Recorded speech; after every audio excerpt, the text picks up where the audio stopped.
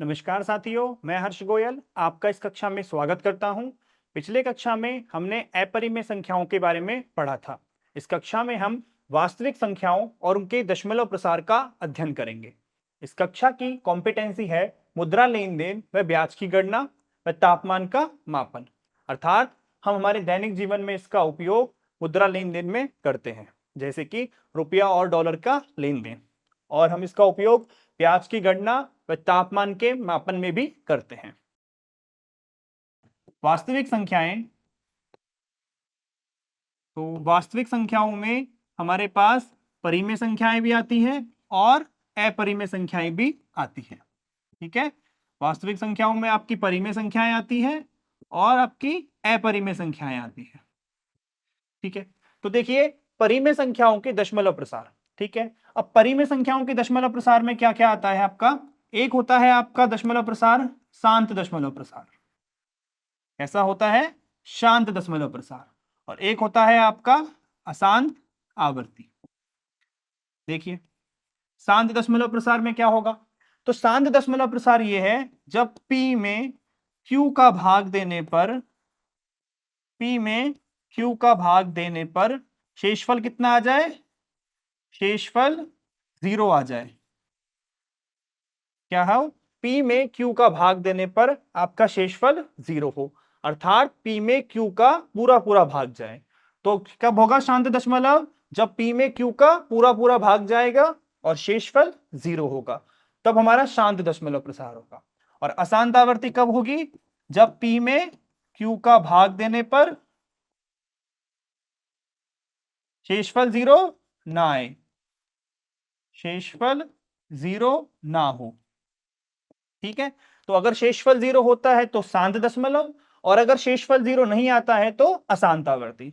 और इसमें क्या होता है? पुनरावृत्ति होती है। इसमें हमारे संख्याओं की पुनरावृत्ति होती है।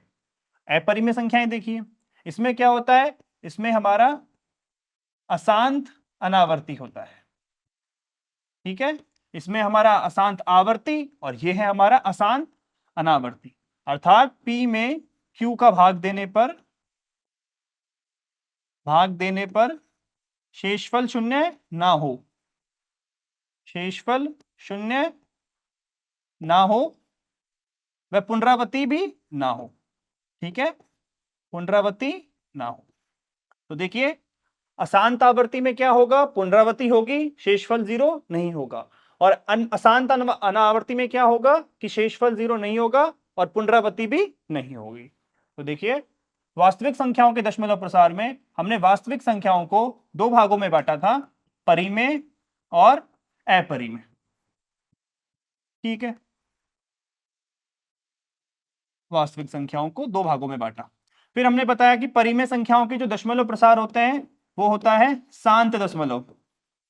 ठीक है, और एक होता है अशांत आवर्ती। ठीक है, और अपरिमेय संख्या को क्या होता है? अशांत अनावर्ती। ठीक है, तो देखिए शांत दशमलव क्या होगा? शेषफल 0 हो, शेषफल 0 हो। ठीक है, इसमें होगा आपका शेषफल 0 हो, और इसमें क्या होगा आपका? शेषफल 0 ना हो, 0 ना हो, वह पुनरावृत्ति हो, वह पुनरावृत्ति। ठीक है, और इसमें क्या होगा? शेषफल 0 ना होगा,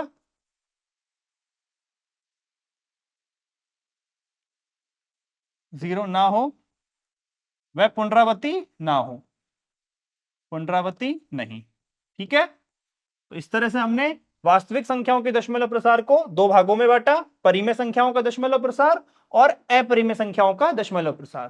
फिर परिमेय संख्याओं के दशमलव प्रसार को हमने बांटा शांत दशमलव प्रसार और अशांत आवर्ती, और अपरिमेय संख्याओं में क्या होता है? अशांत अनावर्ती। ठीक है, तो देखिए वास्तविक संख्याओं को दो भागों में बांटते हैं हम, परिमेय संख्या और अपरिमेय संख्याएं। ठीक है, तो परिमेय संख्याओं के दशमलव प्रसार में क्या होगा? यदि P बटे Q के रूप में निरूपित है, तो यदि शेषफल 0 हो तो क्या होगा? P बटा Q में भाग देने पर शेषफल क्या आ जाए? आपका 0 प्राप्त हो जाए। तो ऐसी क्या होगा? हमारा दशमलव प्रसार शांत होगा।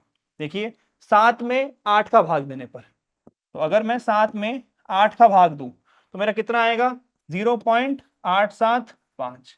तो देखिए 0.875, तो भाग देने पर कितना आ रहा है शेषफल 0 आ रहा है। देखिए शेषफल आ गया 0।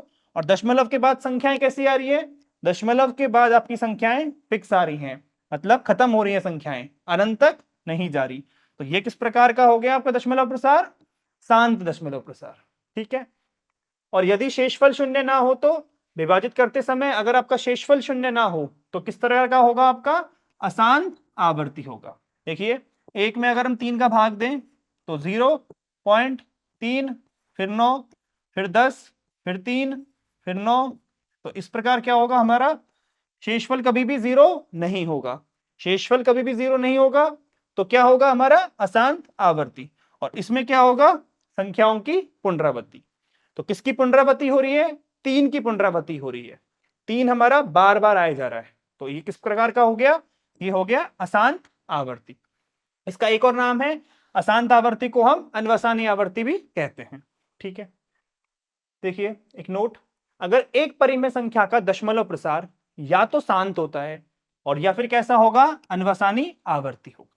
भाई एक परिमेय संख्या है, उसका दशमलव प्रसार या तो शांत होगा या फिर अनवसानी आवर्ती या फिर अशांत आवर्ती होगा।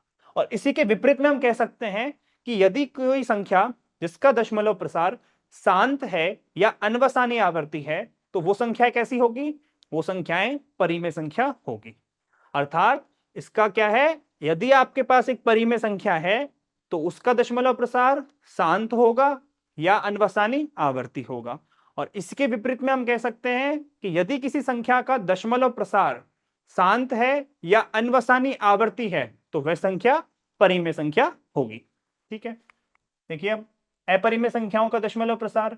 अब यदि हम किसी अपरिमेय संख्या का दशमलव प्रसार करते हैं तो किस प्रकार का आता है, अनवसानी अनावर्ती, या फिर हम इसको कह सकते हैं अशांत अनावर्ती। ठीक है। इसमें क्या होगा, P में Q का भाग देने पर शेषफल 0 नहीं आएगा और संख्याओं की पुनरावृत्ति नहीं होगी। इसका मतलब संख्याएं अनंत तक तो जाएंगी लेकिन संख्याओं की पुनरावृत्ति नहीं होगी।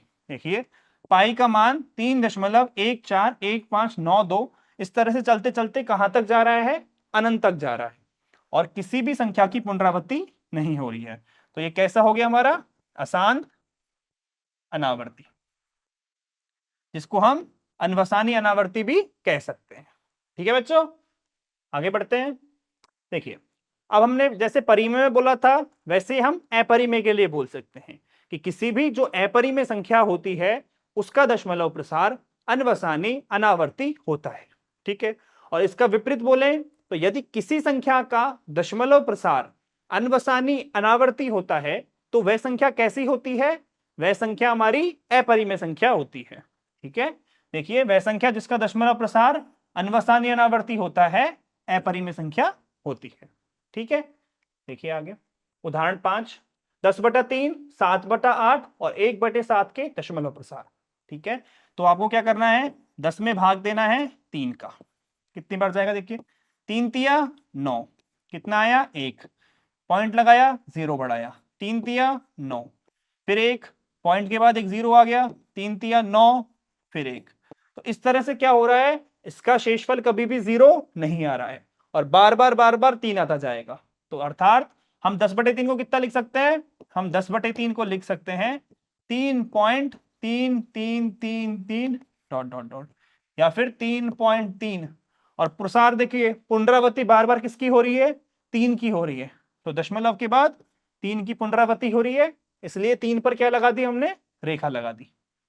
ठीक है। 3 पर क्या लगा दी, रेखा बंधनी लगा दी। ठीक है। 3 की बार बार पुनरावृत्ति।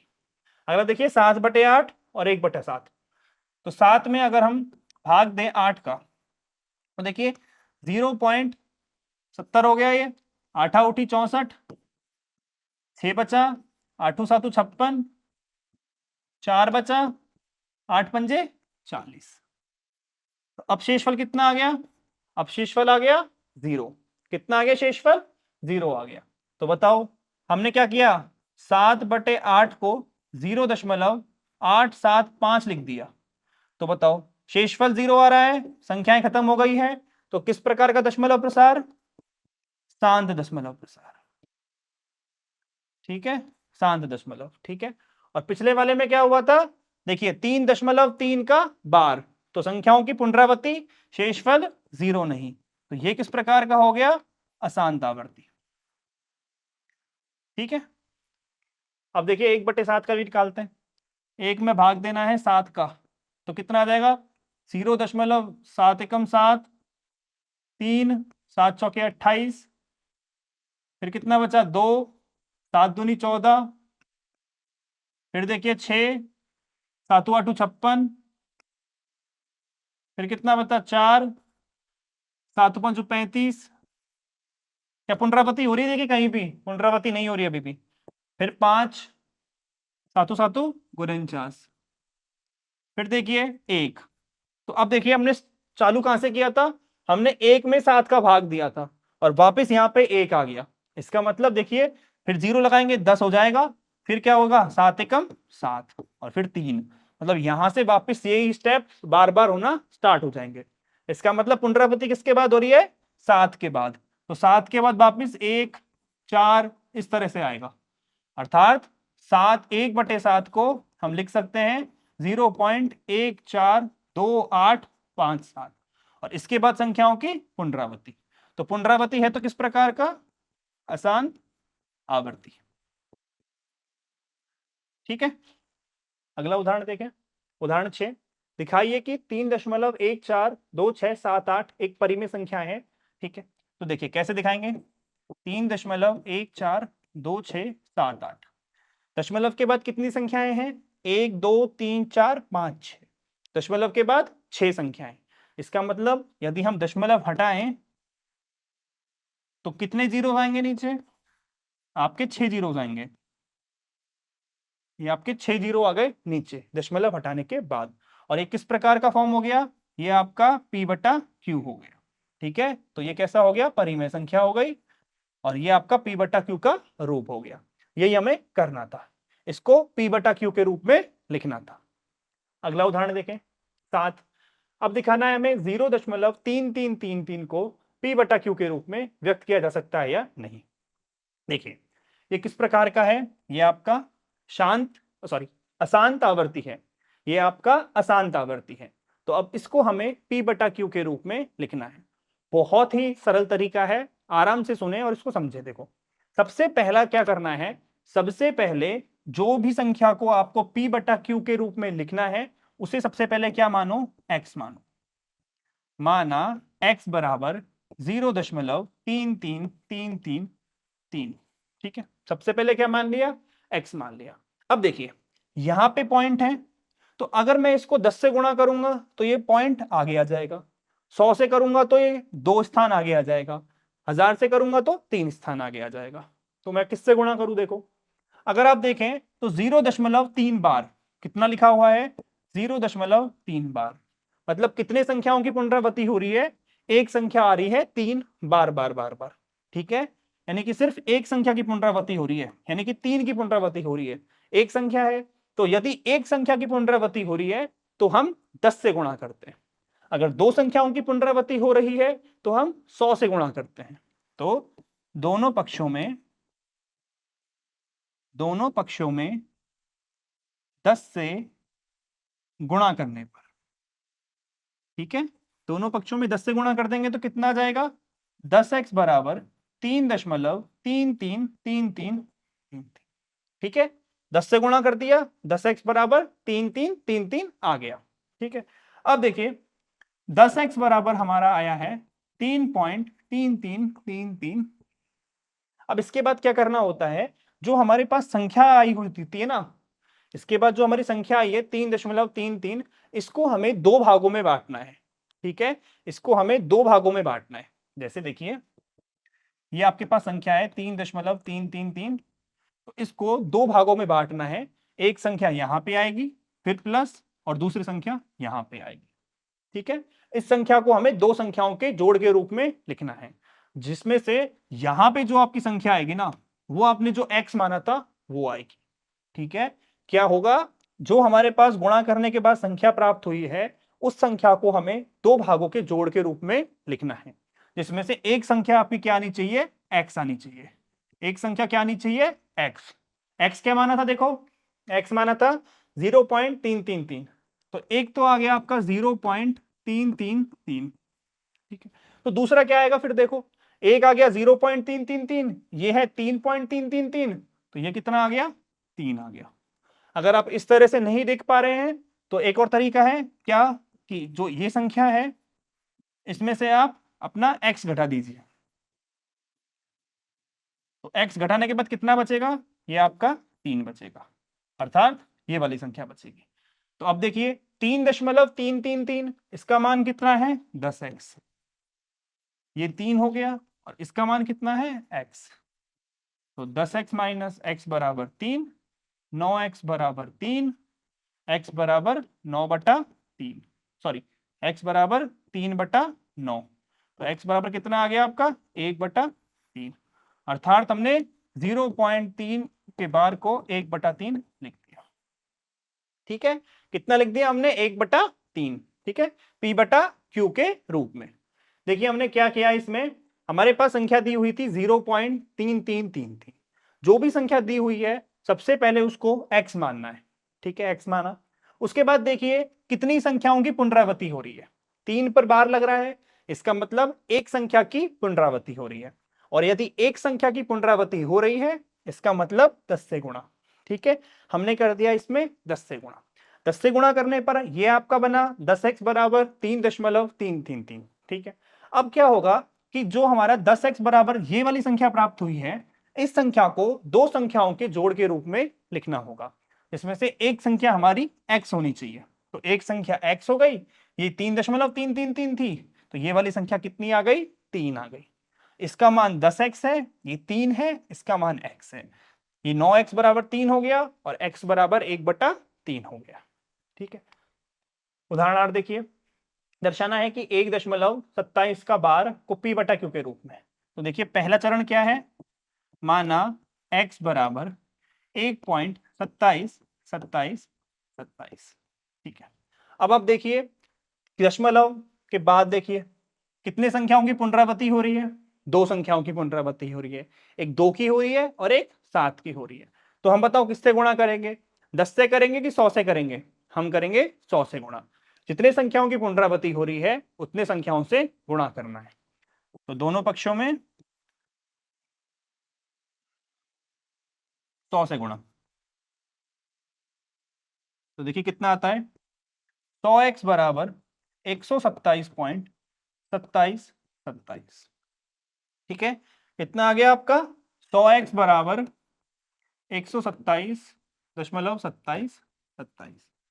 उसके बाद क्या करना होता है, जो संख्या हमें प्राप्त है उस संख्या को दो भागों में बांटना है, ठीक है।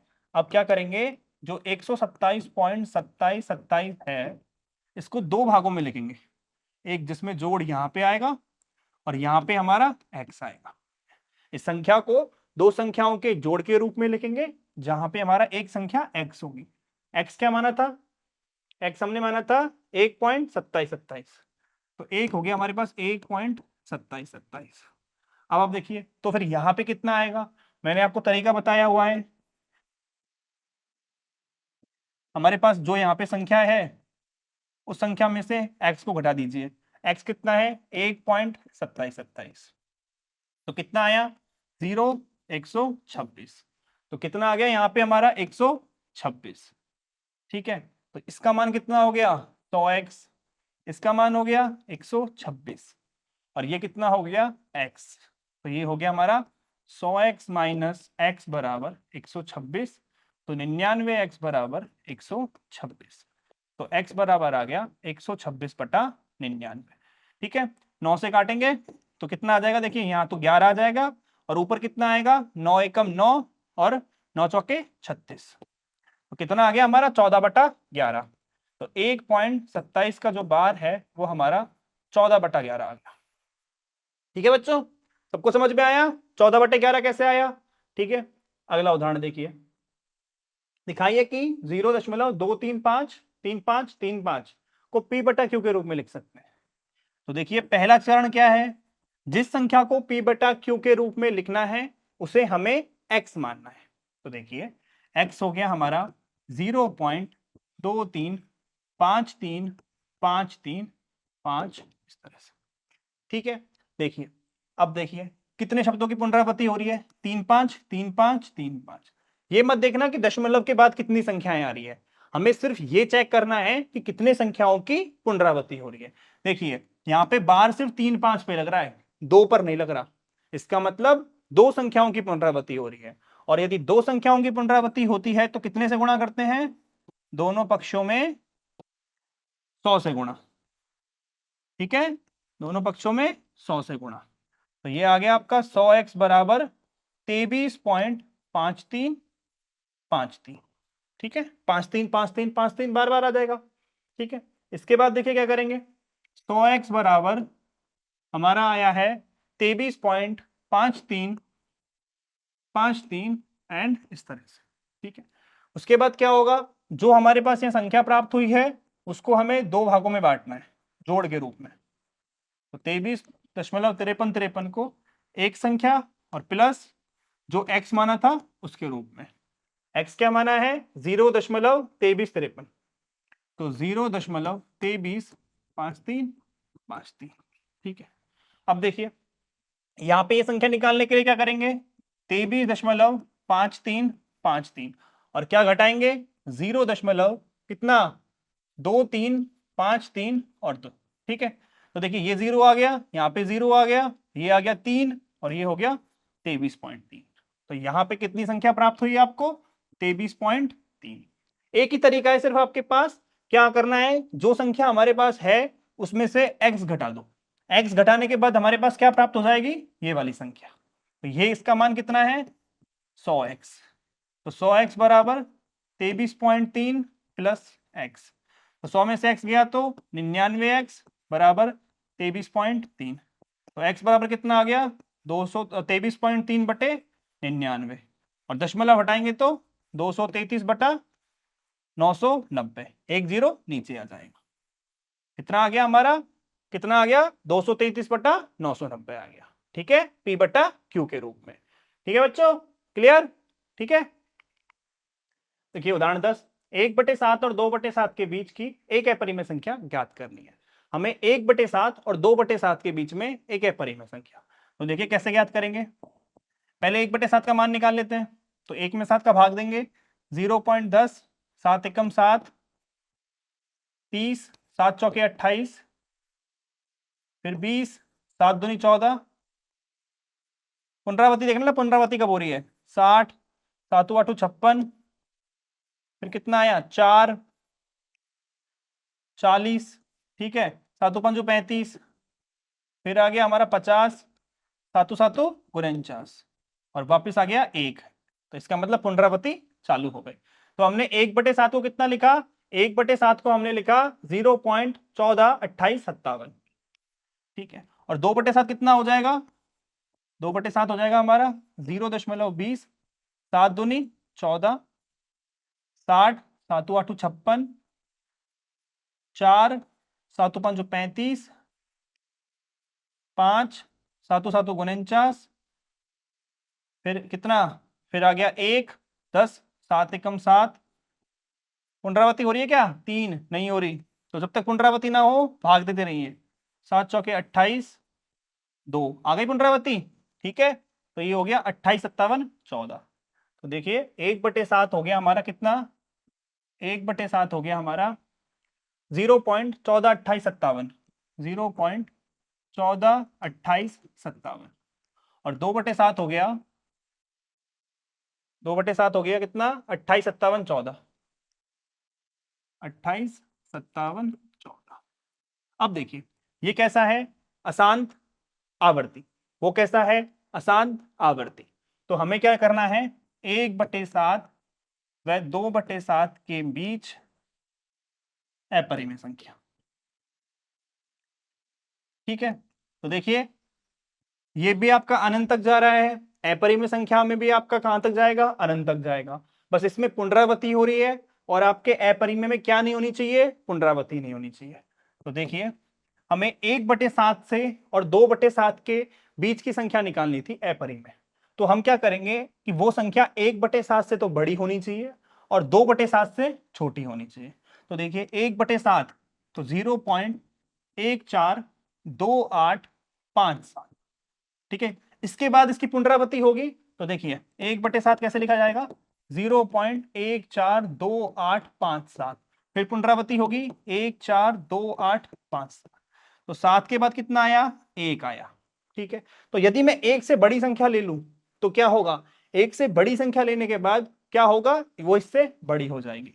मान के चलिए मैंने 2 ले लिया, ठीक है। अब इसके बाद आप कितने भी संख्याएं इसमें करते जाइए। जैसे देखो 2 आ गया, 3 5 4 3 1 5 7 8 9 1 0 2 3 5 7 4 3 2, इस तरह से अनंत।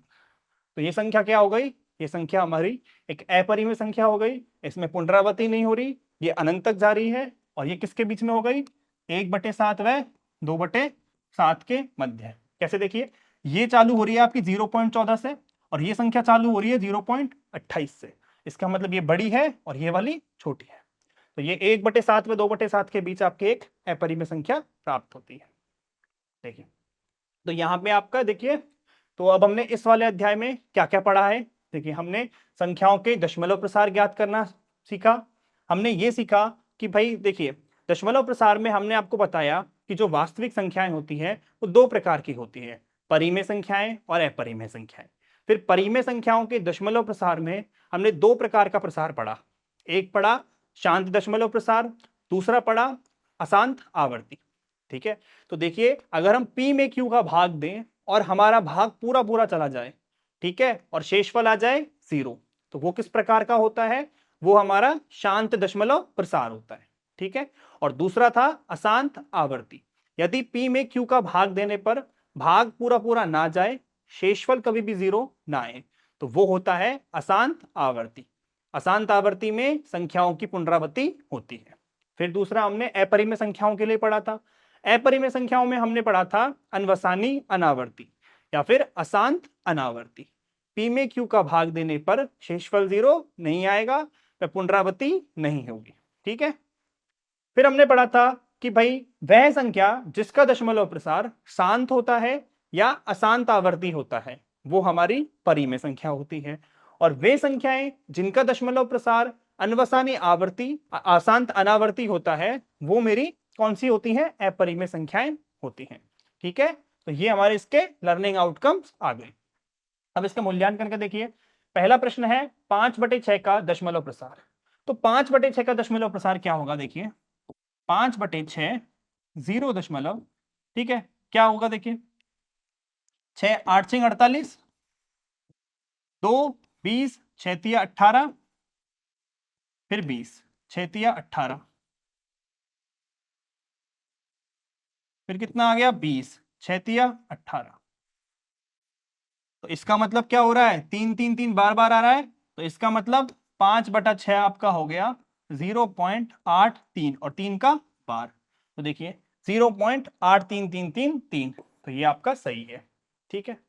दूसरा देखिए इसमें निम्न में से कौन से एक अपरिमेय संख्या है, परिमेय संख्या देखिए 0.14, ये आपका देखिए शांत है, दशमलव के बाद में संख्याएं खत्म हो रही हैं, शेषफल 0 आ रहा है, तो शांत है तो कैसी, परिमेय।